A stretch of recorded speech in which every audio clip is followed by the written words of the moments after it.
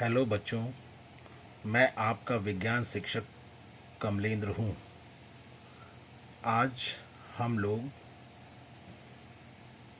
इस वीडियो में विज्ञान के अध्याय 10 प्रकाश परावर्तन व अपवर्तन के अंतर्गत क्रियाकलाप 10.11 जो कि आपकी किताब में पेज 195 पर है के बारे में जानकारी प्राप्त करेंगे। यह क्रियाकलाप लेंस के लिए है। ठीक इसी प्रकार का क्रियाकलाप हम लोगों ने अवतल दर्पण के लिए परावर्तन से संबंधित आपकी किताब के पेज 178 पर क्रियाकलाप 10.2 में पढ़ा है या जाना है। उसमें अवतल दर्पण को सूर्य के प्रकाश की ओर रखकर उससे परावर्तित प्रकाश को कागज की शीट पर डाला गया था या आपतित किया गया था, और कागज कुछ देर बाद जब हमने उस पर तीक्ष्ण और चमकदार प्रतिबिंब सूर्य का प्राप्त किया था, तब वह कागज की शीट सुलगने लगी थी या जलने लगी थी। ठीक इसी प्रकार उत्तल लेंस के साथ हम यह प्रयोग करते हैं, यह क्रियाकलाप करते हैं। यहाँ पर आपकी किताब में एक चेतावनी स्पष्ट लिखी गई है और हमें इस पर बहुत गंभीरता से ध्यान देना चाहिए कि यह क्रियाकलाप करते समय हमें किसी भी स्थिति में सूर्य की ओर सीधे नहीं देखना चाहिए और ना ही लेंस से सूर्य को देखना चाहिए, क्योंकि ऐसी स्थिति में हमारी आंखों को नुकसान पहुंच सकता है। हम इस क्रियाकलाप के अंतर्गत उत्तल लेंस को अपने हाथ में लेते हैं और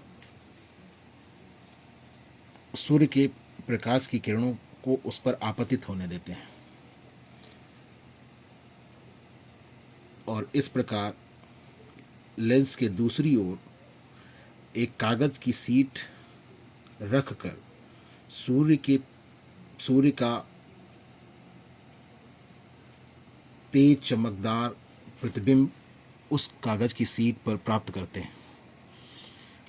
जब हमें सूर्य का तेज चमकदार प्रतिबिंब प्राप्त हो जाता है, उस स्थिति में हम कागज की शीट को और लेंस को उसी स्थिति में बनाए रखते हैं। थोड़ी देर तक जब हम ऐसा करते हैं तो कागज की शीट उस बिंदु पर सुलगती हुई हमको दिखती है और धुआं उत्पन्न हो जाता है और उसमें आग भी लग सकती है। ऐसा क्यों होता है? ऐसा इस कारण से होता है कि हम जानते हैं कि सूर्य के प्रकाश में ऊष्मा होती है, गर्मी होती है, और इस प्रकार जब उत्तल लेंस सूर्य की प्रकाश की किरणें जो कि समांतर आपतित होती हैं लेंस पर, उन्हें एक बिंदु पर जब केंद्रित कर देता है तो उस स्थिति में